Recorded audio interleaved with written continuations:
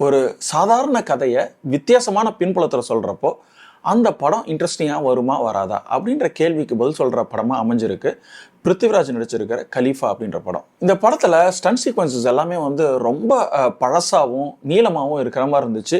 கொஞ்சம் ட்ரிம் பண்ணி இன்ட்ரெஸ்டிங்காக பண்ணியிருந்தானாக்கா இந்த படத்துக்கு வந்து ஒரு பெரிய ஸ்ட்ரென்த்தாக அமைஞ்சிருக்கும். ஸ்டன்ட் சீக்வன்ஸை தள்ளி வச்சு பார்த்தோன்னாக்கா இந்த படத்தில் எனக்கு 3 விஷயம் ரொம்ப பிடிச்சிருந்தது. இந்த படத்தோட கதை அப்படின்னு பார்த்தோன்னாக்கா ரொம்ப சிம்பிளான கதை தான். ஆனால் இவங்க வந்து இதுக்கு திரைக்கதை அமைத்த விதம், சவுண்ட் டிசைன், சினிமோட்டோகிராஃபி எல்லாமே வந்து இந்த படத்தை வேற லெவலுக்கு எலிவேட் பண்ணியிருந்தது. இந்த படத்தில் நிறைய ஹை மூமெண்ட்ஸ் வந்து ரெகுலர் இன்ட்ரோவில் வந்துகிட்டே இருக்கு. அதனால தேட்டரில் வந்து விசில் பறந்துகிட்டே இருந்தது.